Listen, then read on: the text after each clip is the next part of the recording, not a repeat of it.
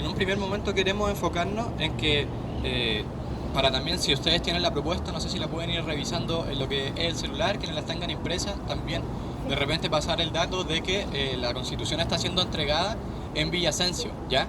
En lo que es el barrio Las Tarrias, en Metro Universidad Católica, se está entregando gratuitamente dentro del plan de información y las 900.000 impresiones que generó el gobierno también para entregar gratuitamente. Esto nuevamente en Villasencio. Bueno, queremos enfocarnos en un primer momento en que en el artículo 44 de la propuesta constitucional se establece lo que es el derecho a la salud, ¿ya? Yo creo que es importante partir hablando desde ahí porque la discusión se suele centrar finalmente en lo que es el Sistema Nacional de Salud y los distintos ejes rectores que este tiene y yo creo, mentiras también que se han levantado respecto a cómo este va a funcionar. Pero creo que es importante partir por lo que parte el artículo justamente, que es el derecho antes que el sistema, que dice: toda persona tiene derecho a la salud, al bienestar integral, incluyendo sus dimensiones física y mental. Creo que partiendo por ahí ya es una ganada en entender la garantización de este derecho por parte del Estado y también la inclusión dentro de esa integralidad de las dimensiones físicas y la mental. No sé si también un poco hacer comentarios respecto a eso, porque creo que es una ampliación y un avance, un salto adelante sobre todo en lo que era la Constitución anterior. Sí, bueno, a partir de lo que dice Tomás, bueno, ojalá en algún minuto puedan tener todas y todos en sus manos, ¿cierto?, el documento, que bueno que lo tienen, si no imprimirlo, ¿verdad? Lo importante es empaparnos de la discusión y el detalle mismo de lo que contiene el documento. Como bien se señala, es el artículo 44, ¿verdad?, que contiene 11 incisos. Y dentro de esos 11 incisos, ¿verdad?, o sea, de lo que existe actualmente en la actual Constitución, es más del doble de contenido, ¿cierto?, en temas de salud. O sea, la actual Constitución tiene en su artículo 19, en el numeral 9, tiene 4 incisos para salud. Eso tiene la actual Constitución. Solamente 4 incisos en el numeral 9. Cuando la propuesta actual está proponiendo, ¿cierto?, 11 incisos. O sea, tenemos mucho más contenido que debatir al respecto. Partiendo de eso, más allá de los numerales, ¿cierto?, es sumamente importante también mencionar que en lo que se dice en general mantiene de alguna forma la estructura de la rectoría, ¿verdad?, que habla un poco de lo que es el Estado como órgano rector, que de alguna forma viene a coordinar todas las instituciones de salud, tanto públicas y privadas, ya que está por sobre las instituciones. En la segunda mirada, que tiene que ver también con las determinantes sociales de la salud, en lo específico, ¿cierto?, desde esa mirada de que pensamos que la salud debe estar en todas las políticas y que por sobre todo, ¿cierto?, incide mucho la calidad de vida de las personas, el derecho a la vivienda, ¿cierto?, el derecho a la educación, el derecho al trabajo. Desde esas determinantes sociales sabemos que inciden de alguna forma, ¿cierto?, en las condiciones de salud de las personas. Eso al menos la actual Constitución, esta propuesta, la nueva, ¿cierto?, lo desarrolla mucho más en el sentido de que pone en el centro también la atención primaria como un enfoque de desarrollo integral de las personas. La otra mirada también que se mantiene y que de alguna forma se avanza, que es así, que tiene que ver, ¿cierto?, con este enfoque integral, como lo mencionaba acá el compañero, que es el derecho, ¿cierto?, a un bienestar integral, incluyendo la dimensión física y mental. Durante el proceso de la discusión en el proceso constituyente, bueno, ustedes vieron que participaron muchas organizaciones de la salud, organizaciones gremiales, organizaciones sociales, territoriales, y muchas de ellas en algún minuto querían que existiera un artículo específico sobre la salud mental. Ya se dio ese debate pensando, bueno, en el contexto que tenemos no solamente como país, sino que como a nivel mundial. Sabemos, ¿cierto?, que hay una crisis en la salud mental de las personas. Es un tema central para el desarrollo integral del ser humano. Y eso finalmente no quedó así. Ya en el fondo, salud mental, a pesar de que se quería tener un artículo separado, se logró integrar en salud, ¿cierto?, tanto la condición física como mental. Eso fue a propósito de este desarrollo integral también que tenemos los seres humanos y que es necesario también de alguna forma mirarlo desde la perspectiva de la atención sanitaria, ¿no?, que no puede ser separado cuerpo de otros espacios, que es un poco lo que se ve desde la biomedicina, desde el enfoque más biomédico, ¿verdad?, que es mirar solo las partes del cuerpo y no pensar que somos seres integrales. Sí. Sí, bueno, creo que también es súper importante abordar lo que mencionaba la compañera, que es sobre las determinantes sociales, que es justamente aquellas situaciones que establece la Constitución, a distinción de la del 80, a tener en cuenta en cuanto a cómo planificamos las políticas de salud y de dónde enfocamos también la perspectiva de aplicación de este derecho. Ahí es donde, bueno, luego en el numeral 5 se entra ya de lleno en lo que significará el Sistema Nacional de Salud, ¿ya? Dice, voy a leer textualmente, el Sistema Nacional de Salud es de carácter universal, público e integrado, se rige por los principios de equidad, solidaridad, interculturalidad, pertinencia territorial, desconcentración, eficacia, calidad, oportunidad, enfoque de género, progresividad y no discriminación. Es aquí donde se incluyen estos determinantes sociales también, y creo importante recalcar justamente aquellos principios que rigen al sistema, como entender finalmente, creo que es súper importante dejar claro que se establecen principios del Sistema Nacional de Salud, ¿ya? Pero hay distintas especificaciones que también se incluyen en los numerales que van a tener que irse ya afinando por ley. Porque de repente cuando vemos en distintos debates televisivos o de distintos sectores políticos, del rechazo sobre todo, nos intentan insistir en que existe un sistema de salud ya totalmente amarrado, que existen distintos determinantes como por ejemplo la no participación de los privados, cosa que es totalmente falsa. Los privados siguen existiendo como prestadores al interior de la Constitución, ¿ya? Porque finalmente lo que establece la Constitución, no solamente en términos de salud, sino en general, son los principios de cómo nos vamos a regir y los principios que tienen que guiar también las leyes. Y bueno, justamente también hacer ese desmentimiento cuando hablamos de que, en el numeral 7, como decía, dice, el Sistema Nacional de Salud podrá estar integrado por prestadores públicos y privados, ¿ya? Aquí es donde entramos efectivamente a desmentir que se dice que se van a clavar las clínicas privadas, que los privados no van a poder participar en ningún caso de las detenciones de salud, porque lo dice explícitamente la Constitución. Entonces, pero creo importante de repente desarrollar en cómo entendemos a los privados como prestadores de salud y no como sistemas de salud, ¿ya? Cuando se habla de que va a dejar de existir ISAPRE, ISAPRE no es un sistema nacional de salud, ¿ya? Las ISAPRES son prestadoras de salud. Entonces, creo que sobre todo hay que reentender la función de aquellos prestadores. No sé si también puede un poco desarrollar en eso. Sí, está súper bien lo que dice Tomás, porque hoy día lo que tenemos actualmente en nuestro país son prestadores de salud público y privado. ¿Y qué hace hoy día la diferencia cuando hablamos de seguridad social, ¿no? Porque en el fondo seguridad social hablamos de un modelo en donde hay solidaridad, en donde los que tienen más, de alguna forma a través de un seguro social, los que tienen más pagan más o los que tienen menos pagan menos. Eso no se da de esa forma. Y de alguna forma hoy día lo que se plantea es que exista un sistema de salud que venga a regular estas entidades y que coexistan, ¿no? Como se dice hoy día, la palabra es mancomunar. Ambas instancias en que la regule finalmente el sistema de salud y que este sistema de salud tenga un seguro único, universal, público, ¿ya? Y ahí se hace la diferencia porque este seguro universal de alguna forma vendría a proteger a todas las personas, ¿cierto?, que de alguna forma no tienen cómo acceder a una prestación, ¿ya? En el fondo nadie va a quedar sin una atención de salud, entendiendo que van a dialogar estas instancias desde lo público, incluso a través de los impuestos, ¿cierto? Como lo dice la propuesta actual, que va a ser a través de los impuestos de todas y todos los chilenos, cómo se va a financiar este seguro único público de salud. Y por otra parte, ¿cierto?, quienes quieran de alguna forma seguir manteniendo de manera complementaria un seguro, como bien se menciona acá, a través de las ISAPRES, ¿verdad?, lo puede hacer. O sea, de alguna forma las clínicas privadas funcionan como prestadores actualmente que ofrecen un seguro, en donde sabemos que es totalmente desigual, ¿cierto?, en donde quienes hoy día tienen mayor riesgo de salud tienen que pagar más por un mismo plan.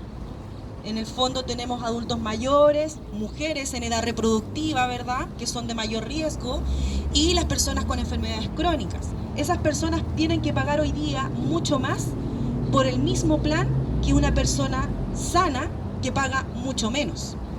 Entonces esa diferencia es totalmente sustancial cuando hablamos de seguridad social. Eso no es seguridad social, porque aquí tienden a competir, ¿verdad?, quien hoy día tiene menos capacidad de pago y tiene más riesgo, más enfermedades, se tiende a ir a FONASA, que por lo demás sabemos que FONASA hoy día no tiene capacidad de pago suficiente para la infraestructura hospitalaria. Tenemos hoy día, ¿cierto?, como se conversaba por ahí, FONASA es como un bolsillo roto, ¿no?, que en el fondo no tiene capacidad de financiamiento para su estructura pública de salud. Tenemos tremendas listas de espera en los hospitales, tenemos listas de espera incluso para las patologías GES, o sea, una cosa que es irrisoria, porque las patologías GES, las enfermedades GES, son una ley específica donde se debe respetar los tiempos, y aún así hay listas de espera. Entonces, en el fondo a lo que voy es que el financiamiento que hoy día se da a través de FONASA tampoco es suficiente, producto de que tenemos aquí un seguro también que viene a competir desde el privado con el sistema de salud actual que tenemos. Entonces, hoy día cuando se habla desde lo controversial que, claro, no van a existir más las clínicas, que no van a existir más los seguros privados, claro, o sea, de alguna forma los seguros privados, lo más probable es que ya no existan más, pero los prestadores privados sí. De alguna forma van a coexistir, ¿cierto?, en esta mancomunación de las cotizaciones entre lo público y lo privado. Sí, me parece fundamental lo que mencionaba la compañera, también un poco en la línea que decíamos de ir desmintiendo distintas situaciones. Generalmente desde el sector del rechazo se hace un constante como amedrentamiento, diría yo, o temor sobre lo que es perder esta libertad a elegir que supuestamente tenemos con la estructuración de salud que tenemos a día de hoy. Y digo supuestamente justamente porque se fetichiza, yo creo, esta libertad de elección constantemente, cuando en realidad la libertad de elección no es tal. Se nos dice que nosotros hoy día tenemos la capacidad de elegir si estamos en ISAPRE o estamos en FONASA como prestadores, cuando yo creo que ustedes y todos nosotros sabemos perfectamente que esa libertad de elección no existe realmente. FONASA finalmente termina recibiendo a aquella gente que no puede pagar ISAPRE, y las ISAPRES también tienen cientos de criterios por los cuales pueden filtrar a sus afiliados también. El 7% con el que supuestamente podemos elegir dependerá efectivamente del sueldo que nosotros tengamos si la ISAPRE quiere o no recibirnos, además de las distintas determinantes sociales que mencionaba Katiuska acá, como lo son las enfermedades de base, como lo son también la edad de quienes acceden a las prestaciones, como lo son también si son mujeres en edad reproductiva. Entonces finalmente es una libertad de elección que, aparte de las determinantes sociales, está totalmente cooptada por la capacidad adquisitiva y monetaria que tiene cada una de las personas. Entonces yo creo que tanto en salud como en educación, como en distintas materias que establece la Constitución, es súper importante entender que esta libertad de elección, que como decía se fetichiza por parte del rechazo, no es una libertad real mientras esté cooptada por el dinero, ¿ya? La libertad que está... su ejercicio depende de cuánta plata tengamos nosotros, no es una libertad real. Entonces finalmente eso es lo que viene a equiparar el nuevo sistema de salud, y yo creo también lo que significa el derecho a la educación y distintas materias que vamos a estar tratando también en los conversatorios. Sí, perdón que te interrumpa, a propósito de eso mismo, es súper importante lo que dice la propuesta del inciso 9, donde dice que el Sistema Nacional de Salud será financiado a través de las rentas generales de la Nación. Eso de manera universal, pero adicionalmente, o sea, igual deja esta libertad de que coexistan con las cotizaciones privadas, de que coexistan los prestadores privados. Lo digo así porque de alguna forma lo establece muy general, y esto después se tiene que normar a través de leyes, o sea, regular, ¿cierto?, hacer la bajada, y aquí se verá cómo finalmente se va a establecer esa coordinación o qué entidad se va a hacer cargo de eso, pero dice, adicionalmente la ley podrá establecer cotizaciones obligatorias, que es lo que mencionaba el compañero acá, a empleadores, empleadoras, trabajadoras, trabajadores, con el solo objeto de aportar solidariamente al financiamiento de este sistema. Y esa es la diferencia, porque actualmente, como se mencionaba, hay una obligatoriedad de cotizar, ni siquiera se le pregunta a los trabajadores.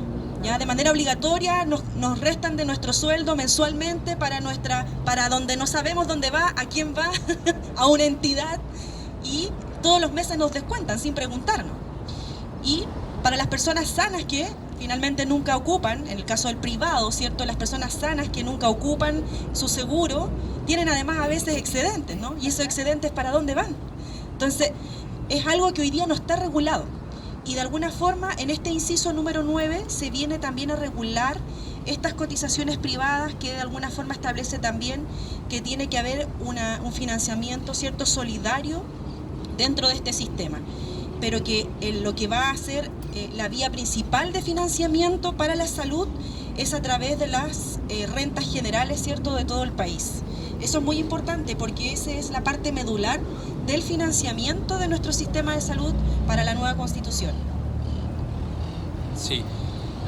Bueno, quisiera también un poco abrir la instancia y dar a entender, si no lo hice en un comienzo, la idea también es nosotros al final vamos a abrir un espacio también para dudas y todas consultas que se puedan hacer aquí a la compañera aprovechando la instancia.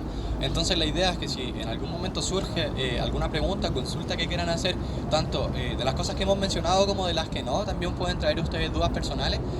La idea es que finalmente puedan levantar la mano al cierre del conversatorio y tengamos una instancia también ya de conversación más directa.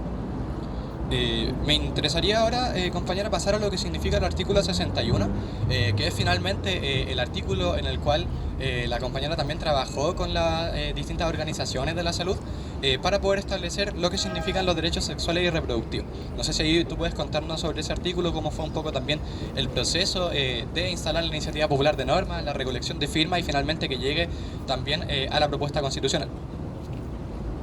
Sí, la verdad es que este proceso que se dio en su minuto de participación ciudadana nos pilló a todas y todos en un momento súper desprevenido. No sé si se acuerdan que fue en pleno verano, mucha gente estaba también volviendo a la normalidad post pandemia, entonces fue bastante complejo resituar un debate desde el territorio, ¿cierto?, recoger de nuevo la participación.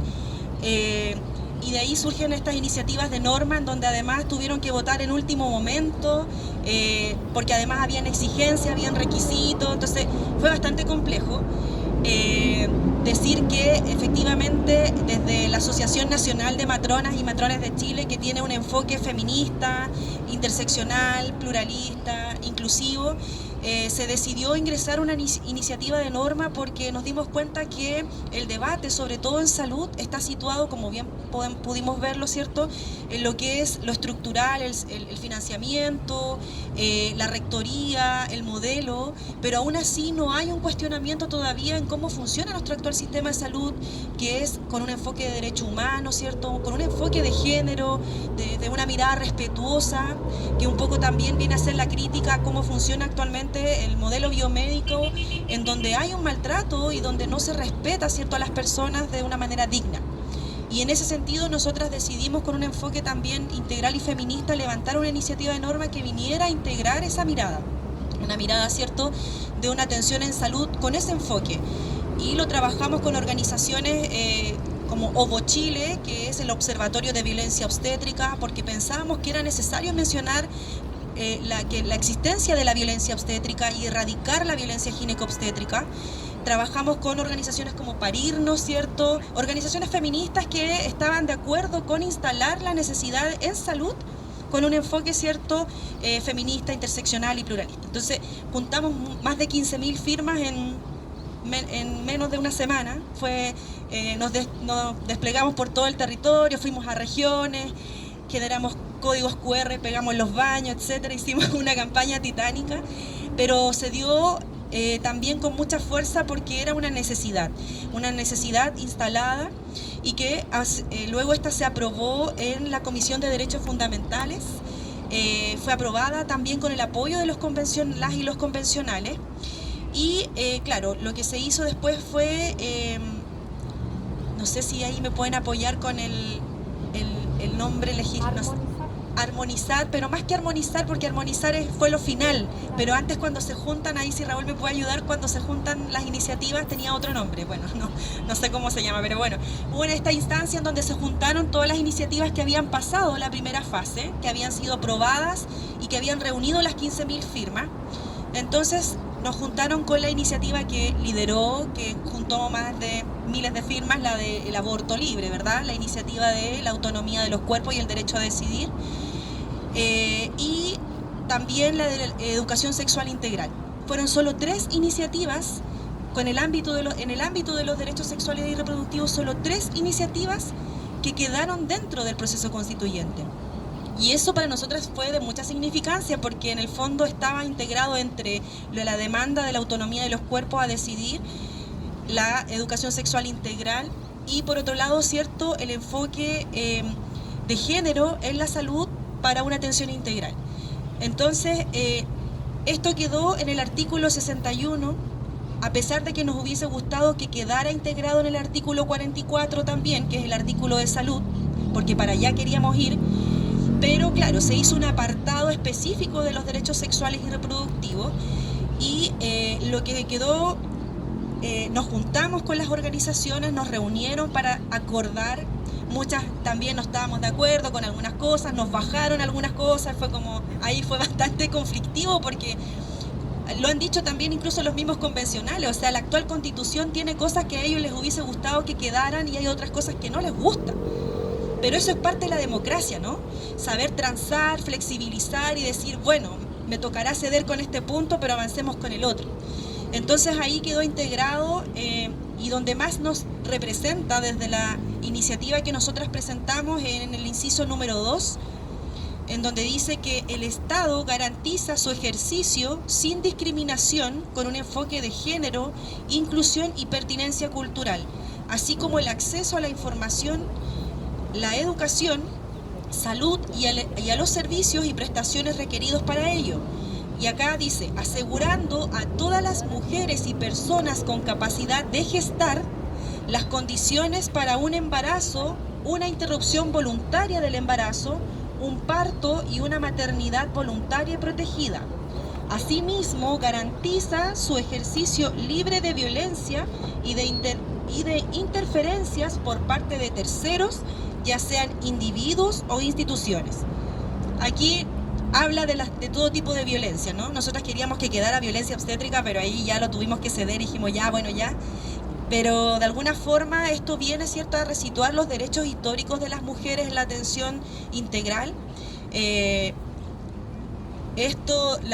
Los discursos más conservadores lo instalan como, lo radicalizan, ¿no? Es como, ustedes están por el aborto, por lo tanto no hay que aprobar la Constitución, lo llevan solo a un ámbito, y es mucho más integral el inciso número 2, que los invito a todas y todos a leerlo en el artículo 61, porque nos parece que es momento también de asegurar que luego de esto decante en una ley, porque esto va a decantar en una ley, y ya la tenemos listita. La ley de salud sexual y reproductiva con enfoque de género, interseccional, pluralista, inclusiva. Y esperamos que al menos hoy día desde el Ejecutivo, si es que no lo ingresa a la Cámara, el Ejecutivo, por lo que sabemos, nos han contado por ahí, van a trabajar en una ley marco donde se integre todos los derechos en salud para los derechos sexuales y reproductivos. Así que podemos decir que hicimos la tarea, al menos yo me siento orgullosa de haber llevado ese trabajo de canalizar las demandas de las mujeres y las personas en general en este artículo. Sí, yo creo sin duda, compañera, también que es un esfuerzo tremendo y el hecho de que se haya podido terminar plasmando en la Constitución por lo bajo es algo que debería llenar de orgullo totalmente. También yo creo súper pertinente añadir, más que nada en esa situación, en el mismo inciso 2 del artículo 61, se menciona una cosa que yo creo que es súper importante ligar también con lo que es una demanda histórica también y lucha del movimiento estudiantil. ¿Cómo? Porque se incluye en ese inciso, dice, el acceso a la información, la educación, salud y a los servicios y prestaciones requeridos para ello. ¿Por qué hablo del movimiento estudiantil? Porque detenerme ahí también a lo que significa la educación, cómo algo que tiene que estar de acceso garantizado en lo que son los derechos sexuales y reproductivos, porque nos da pie también a poder avanzar definitivamente en una situación que ha estado históricamente trabada también en el debate legislativo, que es una ley de educación sexual integral.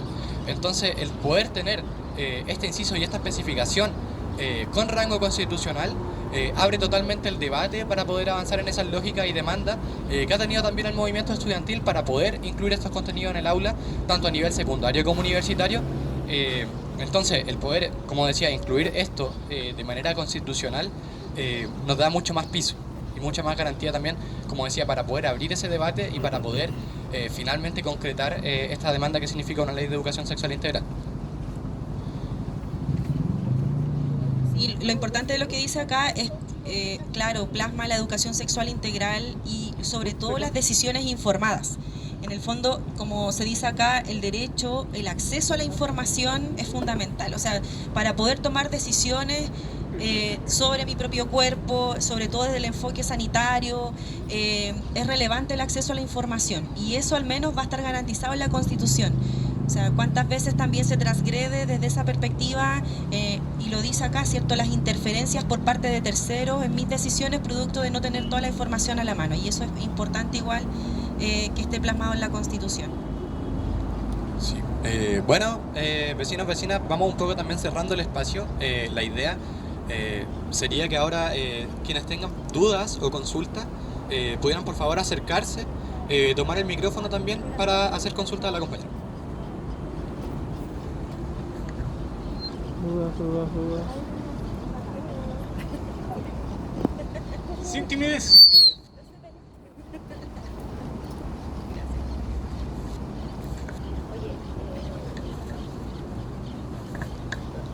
Es una pregunta súper básica, me da hasta vergüenza, pero nos preguntábamos aquí qué significa actualmente una perspectiva de género y interseccional. Me puedo imaginar muchas cosas, pero quiero que me la aclaren. No es para nada básica. De hecho, por algo también se transformó en una demanda muy sentida precisamente para visibilizarla y generar un diálogo en torno a eso. Hoy día, dentro del enfoque de género, que sabemos que de alguna forma está estructurado no solamente en nuestro país, sino que en gran parte de los países del mundo, esta mirada muy heteronormativa, ¿no? En el fondo, también llamado o binarismo, ¿no? Hombre-mujer, sexo-género. Y la verdad es que cuando hablamos con un enfoque de género es ampliar también el hecho de que convivimos con mucho más que hombres y mujeres, y que además relevamos también las demandas históricas incluso de las mujeres, que también de alguna forma viene a poner este enfoque de género, que es decir, no todos, sino que todas y todos, una cosa tan básica incluso como ese ejemplo, ¿no? En donde también visibilizamos a las mujeres en este estado de querer equiparar un poco más la cancha, ¿cierto? De que no todo es pensado para los hombres, sino que también espacios en donde podamos incidir las mujeres y otras personas. Y ahí abrimos el enfoque de género, ¿cierto? A otras personas, como no solamente los que se sienten hombres o mujeres, ¿cierto? Sino que los que transitan además en otras expresiones del cuerpo o del género. Y de hecho se establece acá mismo, a propósito del enfoque de género, quiero mencionar acá, que está en el artículo 6 de la Constitución, de la propuesta de la Constitución, ¿cierto? En donde se habla de que el Estado promueve una sociedad donde mujeres, hombres, diversidades y disidencias sexuales y de género participen en condiciones de igualdad sustantiva, reconociendo que su representación efectiva es un principio y condición mínima para el ejercicio pleno y sustantivo de la democracia y la ciudadanía. Todos los órganos, bueno, y aquí establece que en el fondo todos los órganos tienen que tener instancias de equidad de género en donde se representen por igual, ¿sí?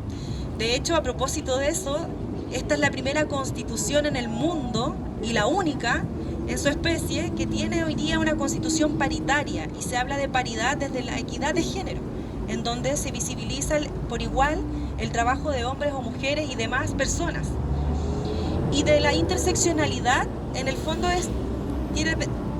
siendo muy ejemplificador el decir que tiene que ver también con esta mirada de que hay distintas formas de ser mujer, por ejemplo, ¿no?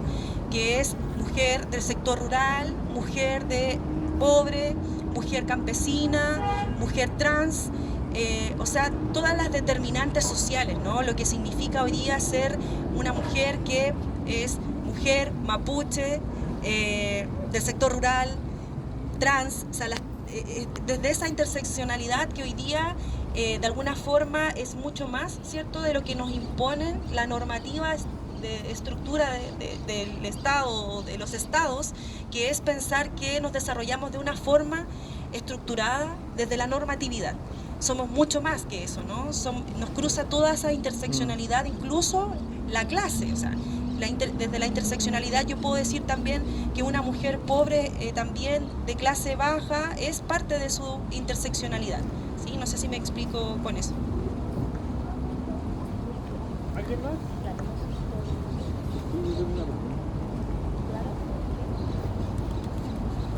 A mí me gustaría que explicaran un poco más este diálogo que propone la Constitución entre lo privado y lo público, esa diferencia con sistemas, con prestadores, esas cosas.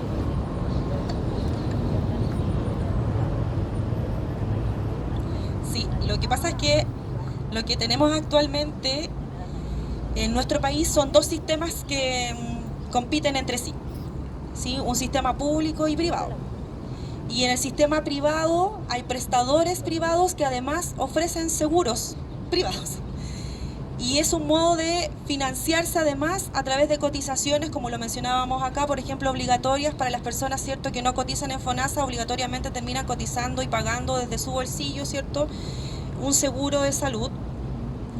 Versus que hoy día lo que viene a ofrecer la nueva Constitución es un único sistema, que no existan dos, ¿no? En el fondo es un único sistema universal, de carácter público, que ofrece un seguro que es financiado, ¿cierto?, con la plata de todas y todos los chilenos, y que de alguna forma pueda dialogar también con prestadores privados, ¿sí? Pueden existir.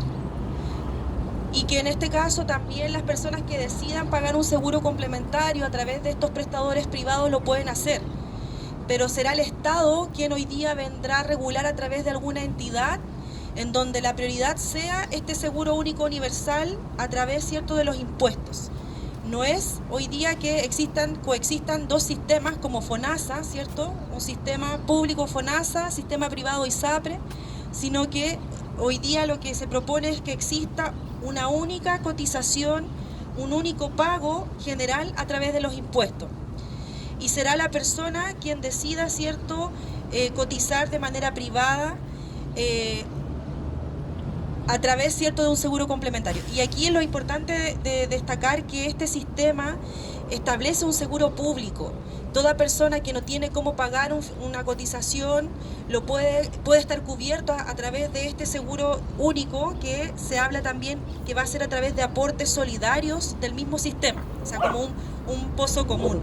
No sé si se entiende un poco ahí la explicación de que actualmente tenemos dos sistemas y sería en el fondo acá uno solo que vendría a regular ambas instituciones, prestadores público y privado, y que va a ser financiada a través de un único seguro público que tiene esta mirada de seguro social.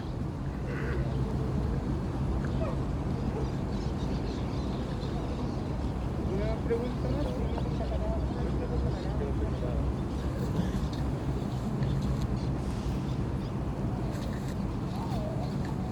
Bueno, buenos días. Buenos días. No, solamente quiero que te vea el artículo 45. Y no dice lo que tú estás diciendo, parece, o yo lo entendí mal. Porque de hecho no desaparecen las AFP, de acuerdo al artículo 45.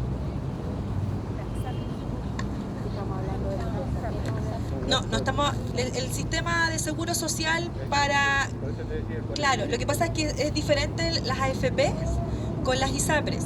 Las ISAPRES son parte del sistema privado, que es un sistema que se financia de manera privada, ¿sí? Claro, no, está súper bien.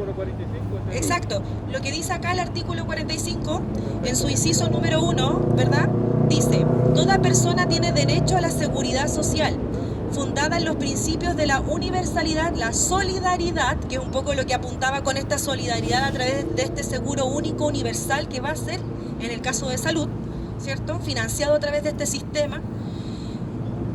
La integralidad, la unidad, la igualdad, bueno, son más que nada los principios, pero en el inciso 2 dice que la ley establecerá un sistema de seguridad social único y público que otorgue la protección en caso de enfermedad, vejez, discapacidad, supervivencia, maternidad y paternidad, desempleo, accidentes de trabajo y enfermedades profesionales, en las demás contingencias sociales de falta o disminución de medios de subsistencia o de capacidad para el trabajo, en particular asegurará la cobertura de prestaciones, es decir, lo que teníamos actualmente, pues en el caso de salud, en la actual Constitución solamente tenemos garantizado el acceso a prestadores público y privado, pero acá viene a asegurar cobertura de prestaciones. Lo que no tengo claro, por eso decía yo, es con respecto a las pensiones. Que yo creo que ese va a ser un tema que lo van a abordar en otro conversatorio, ¿no? El tema de las pensiones, sí, de acuerdo, está. Soy yo el que llegué desubicado. No, está súper bien, porque va a ser parte el otro sábado, no sé si... Sí, tendría que revisarle directamente la fecha vecino, pero efectivamente vamos a estar aquí todos los sábados a las 11 en este mismo lugar. Vamos a tener distintos conversatorios y uno de esos conversatorios está enfocado especialmente en trabajo y previsión. Ya, porque este es solamente salud. Sí. Entonces digo, perdón, Pero- de hecho, lo establece en el inciso número 3. El inciso número 3 habla de lo que usted plantea. Pero si puedo ayudar algo ahí, porque de eso sé un poco más. Lo que pasa es que en Chile no tenemos un sistema de seguridad social no definido conforme por lo menos a lo que desde 1952 la OIT ha definido como un sistema de seguridad social. Regido por esta solidaridad. Cuando usted piensa en la AFP, lo que está pensando es exclusivamente en las pensiones. ¿Ya? no estoy pensando en las pensiones. Sí, está pensando en las Estoy pensiones. pensando en la FP. Sí, está pensando en las pensiones. Eso es. Pero la mirada que introduce la nueva constitución es una mirada integral de seguridad social. Es decir, que como leía en el artículo 45, que en el minuto de que ocurran ciertos riesgos, como la vejez, como la enfermedad, esos riesgos estén suficientemente cubiertos o garantizados por el Estado. ¿Cómo se cubren esos riesgos? ¿Cómo se financian esos riesgos?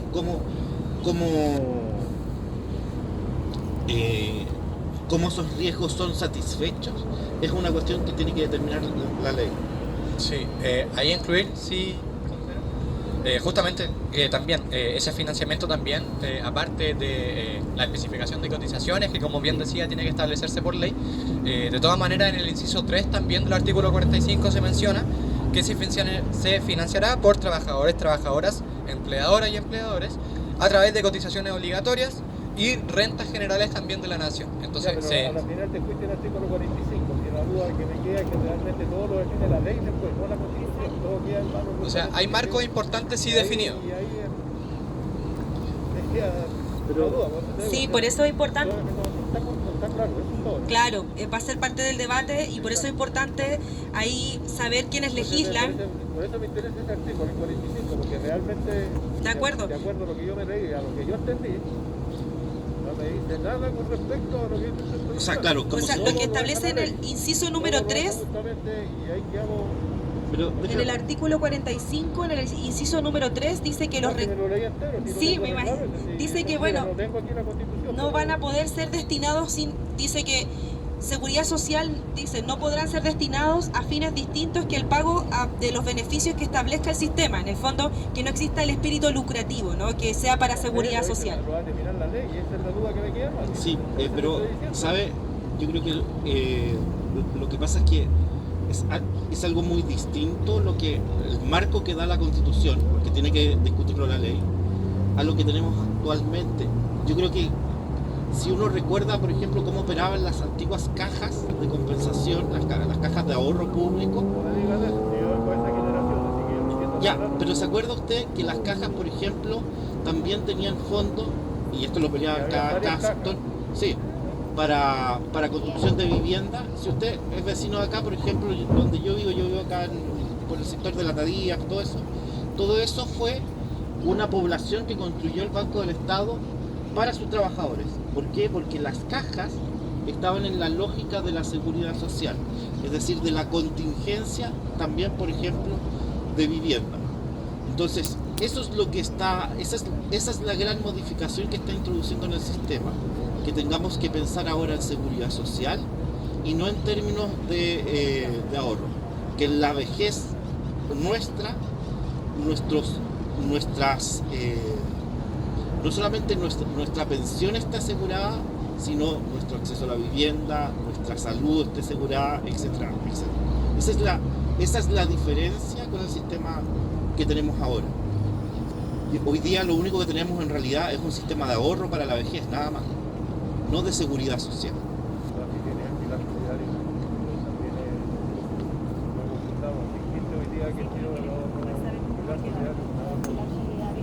Entiendo que al vecino lo que le preocupa es saber cómo va a quedar. Y eso, claro. Claro, claro, y sabemos cómo está. Oiga, si yo voté por la nueva constitución, bueno, por eso hay que aprobar ahora, para que... No, yo soy de los indecisos que usted Pero lo importante... Bueno, me soplan acá que viene la próxima, el constituyente Marcos Barraza, ex constituyente Marcos Barraza, que va a venir a explicarles, me soplan acá, ya lo dije, y para que venga vecino, está invitado para que podamos discutir sobre el sistema de... Tengo dudas con respecto al artículo, ¿Sí? sí tengo varias dudas, pero ese me llama mucho la atención porque al final lo deja abierto un portal. Sí, lo deja para la discusión de la ley. De la Católica, sobre abogado. Gracias. ¿Alguien más? Tengo dudas, lo que Yo soy leo. abogado de la Chile, así que mejor. ¿Alguien más? Chile mejor. Mi profesión es otra, Que dijo que era abogado de la Católica. Ellos tiran al título. No peleen los vecinos, por favor. Claro. Ahí empiezan las diferencias. Somos aprovechar y se trata realmente de... El abogado de la Chile Católica. ¿Puedo hacer una última pregunta? Porque veo que ya no como dice un reputado senador, ¿va a haber aborto hasta los 9 meses? Eso, con eso se... Aborto hasta los 9 meses, en ningún país en realidad está legislado de esa forma, pero lo que se pretende es que se abra una discusión a partir de lo que dice aquí, desde el derecho a la autonomía, a tomar decisiones informadas. No obliga a la persona si quiere abortar o no, pero sí abre la posibilidad de que exista una ley específica sobre los derechos sexuales y reproductivos, que es un poco lo que les mencionábamos en esta ley que nos gustaría que existiera de salud sexual y reproductiva, en donde se habla específicamente del derecho a la interrupción voluntaria del embarazo, como en otros países como México, Colombia, por ejemplo, que actualmente sabrán, ¿cierto?, que el aborto está permitido incluso hasta las 20 semanas. En el caso de nuestro país sabemos que hasta las 12 semanas de gestación, ya eso es por lo menos 3 meses de embarazo, como se dice, 3 meses de gestación, y lo que se quiere es ampliar un poco más, dado que existen muchas jóvenes o personas con capacidad de gestar que de alguna forma no develan inmediatamente que están gestando, se tardan un poco en tomar la decisión. Entonces por eso es que se toma que ojalá exista un mayor plazo, ¿no? Porque muchas adolescentes no se atreven a pedir ayuda de manera inmediata o a tomar la decisión. Y que incluso sea más allá de 3 causales, por lo mismo, ¿no? Por ejemplo, en el caso de Colombia, lo que existe hoy día es la causal salud, que en el fondo está la salud mental, todas las determinantes de la salud. Entonces ahí uno puede invocar a todos los tipos de derechos de la mujer a decidir.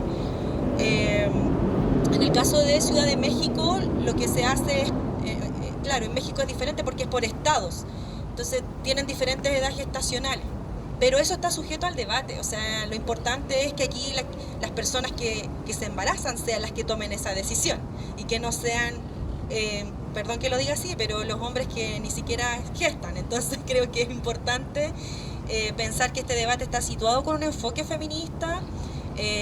Creo que muchas de las que hemos abortado, nos hemos hecho un aborto, creemos que este es un debate que nos pertenece y que de alguna forma hoy día viene a resituar ese derecho.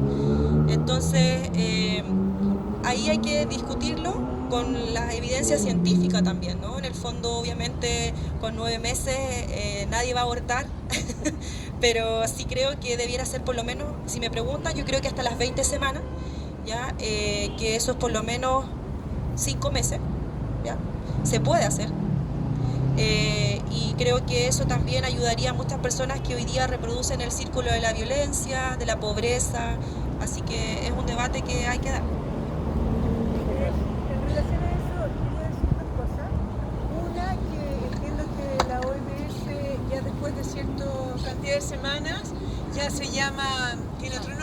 llama aborto, no sé si la palabra, no me acuerdo la palabra, pero tiene otro nombre ya. Sí, lo que pasa es que se puede llamar aborto o en este caso también un mortinato, un mortineonato, un óbito, depende mucho de la edad gestacional. Ya.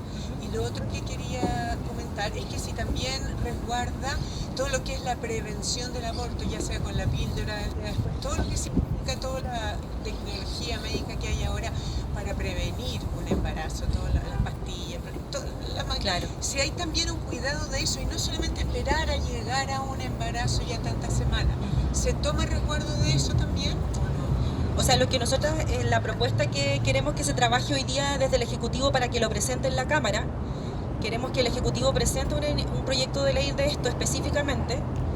Vamos a esperar qué pasa obviamente después del 4 de septiembre, pero lo que se establece, claro, es una atención integral, primero pensando que para las personas que quieren abortar lo pueden hacer con misoprostol y que no sea todo medicalizado a través del legrado, ¿no? Que es un procedimiento médico bastante invasivo, traumatizante.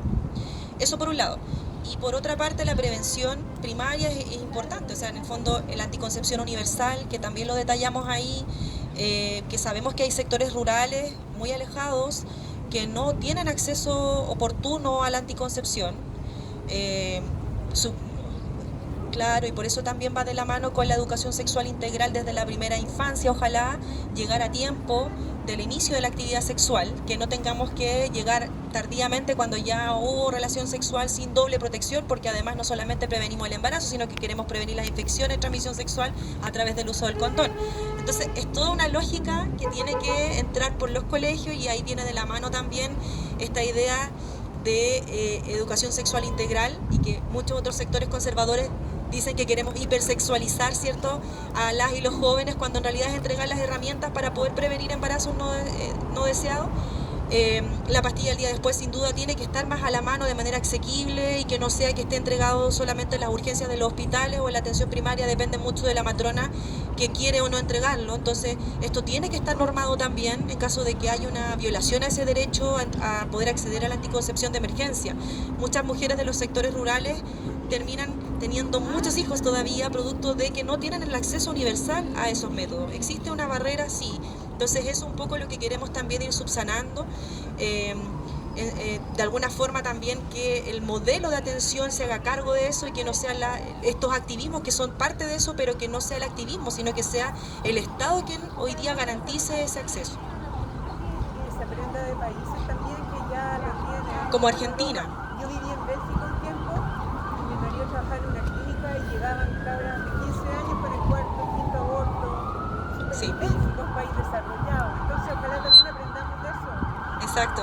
Y bueno, y se habla también de entregar este kit que, por ejemplo, debiera tener... de hecho, estamos viendo cómo se desarrolla desde la primera infancia, la primera menstruación y en el fondo también educar a todas esas personas con su primera menstruación, lo que significa lo que viene después de eso, ¿no? Más allá de la higiene y de los cuerpos, como la higiene menstrual. Más allá de la higiene menstrual, lo que significa también el hecho de iniciar un periodo hormonal, un ciclo hormonal, viene de la mano también con otras decisiones y esas tienen que estar con el acceso a la información de manera oportuna. Y claro, las brechas, insisto, de acceso para las personas que son de los sectores más alejados sigue existiendo incluso en países desarrollados y eso es algo que tenemos que de alguna forma avanzar como país desde los sectores de norte a sur, o sea, todavía se da. Eso. Gracias también por la pregunta porque es necesario hablar de estos temas y ojalá para la próxima también tengamos una instancia solo feminista en donde podamos hablar más claramente de estos temas sin ningún pudor. Así que gracias por la invitación. Hola, agradecer a la compañera por haber asistido a la jornada, a la Escuela Popular Manuel Guerrero también por la organización. Me gustaría hacer un punto respecto al texto en su conjunto, porque si bien hay apartados que hablan explícitamente de la salud, del derecho a la salud, del Sistema Nacional de Salud, hay otros apartados que hablan de una serie de derechos que la actual Constitución no consagra y que están estrechamente vinculados al bienestar íntegro de las personas. Dos ejemplos que están acá muy cerca. En el artículo 60 se habla del derecho al deporte y a la recreación, y que tiene particular interés en asegurar el acceso a las niñeces y adolescencias a la práctica de la actividad física. ¿Ya? Por una parte, es bien sabido que el deporte influye determinantemente en la salud de las personas, sobre todo cuando se practica a temprana edad, pero también tiene una función social que la propuesta de nueva Constitución también reconoce y que ayuda también a combatir otros males sociales, como por ejemplo la adicción a las drogas, que en definitiva también se traduce en problemas de salud mental, en problemas de violencia, también en la línea de la equidad de género, y por otra parte el derecho al ocio. No he entendido el ocio como han querido hacer ver algunos sectores conservadores, como la flojera de la gente que no quiere trabajar, sino que es reconocer que Chile es un país que ya trabaja mucho más que el resto de países de la región, sin necesariamente recibir ingresos exorbitantemente superiores en comparación a ellos, y que además los individuos, que igual es otro elemento que a los sectores más conservadores les gusta remarcar mucho, no tenemos la posibilidad de desarrollarnos plenamente. Es decir, es cosa de ver que en Santiago el promedio de movilización de una persona es de cerca de 2 horas diarias, y eso es el promedio, porque no quiero hablar de la gente que mantiene ese promedio tan elevado, que viaja 4 horas diarias o 3 horas para ir a la universidad o a los centros de trabajo, que nos priva de pasar tiempo con nuestras familias. Es decir, cuántas familias no se rompen porque no hay tiempo de estar juntos.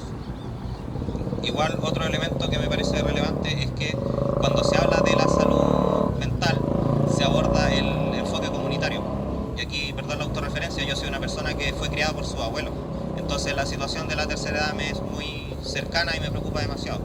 Chile es uno de los países que tiene la tasa de depresión en tercera edad más elevada de la región, y esta tasa de depresión va acompañada lamentablemente del suicidio senil, es decir, que los adultos mayores toman la decisión de acabar con sus vidas porque están en el más absoluto abandono. La perspectiva de salud mental pone el centro en la comunidad, y eso es un elemento muy importante. Muchas veces las personas mayores son abandonadas por sus familias, por sus hijos, sus nietos, por a veces X motivos, y no encuentran un soporte más allá del núcleo familiar.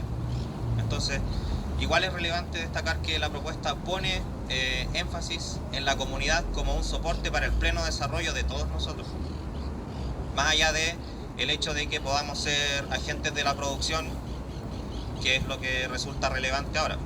Es decir, mientras no podamos trabajar, ya sea porque somos muy chicos, porque somos muy viejos, no tenemos derecho a participar de la toma de decisiones. Creo que el texto en su conjunto ofrece una mirada que nutre el desarrollo de los individuos, en lugar de lo que expresan sectores más bien alarmistas que quieren hacer ver como que esta propuesta en realidad lo que hace es reducir la agencia de las personas. Todo lo contrario.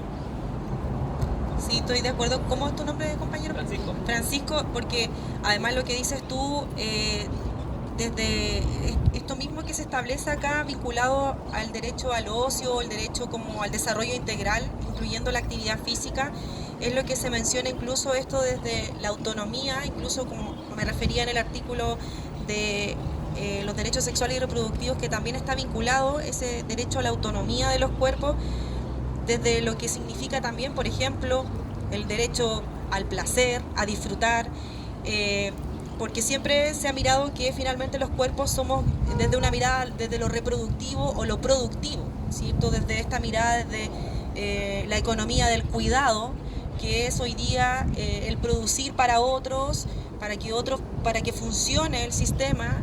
Finalmente, desde esa mirada de la economía del cuidado también pone en el centro el cuidado mismo y de cuidar al que cuida, ¿no? De los cuidadores incluso, que está situado en el debate, el que cuida a las personas mayores, a las personas con discapacidad. Entonces, creo que es completo, como mencionas tú, desde esta mirada del derecho también integral de la persona a desarrollarse de manera plena y placentera, y dejar de lado lo productivo o reproductivo. Así que yo coincido y eso hace que el documento sea integral, así que llamo a aprobar nomás. Vale. Muchas gracias, compañera. No sé si hay una última pregunta, sino para poder ir cerrando el espacio también en pos del tiempo de la invitada y de los asistentes. Bueno, no hay más preguntas. Creo finalmente agradecer a la compañera Katiuska Rojas que estuvo aquí presente también, a todos los asistentes, recalcar también la invitación de que estaremos aquí todos los sábados a esta misma hora, en este mismo lugar. El próximo sábado vamos a tener de invitada a la ex convencional constituyente Constanza Strandhout, que era también convencional de nuestro distrito. Entonces es súper contingente, vamos a estar conversando sobre cómo se plasma en la propuesta constitucional el nuevo sistema político, ya que es de la comisión en la que la constituyente participó. Vamos a estar discutiendo acerca de eso para que puedan también asistir, traer sus dudas, invitar también a más familiares, amigas que quieran participar de este espacio. Y bueno, eso en realidad, agradecer la convocatoria y seguir llamando a aprobar también al plebiscito aquí este 4 de septiembre.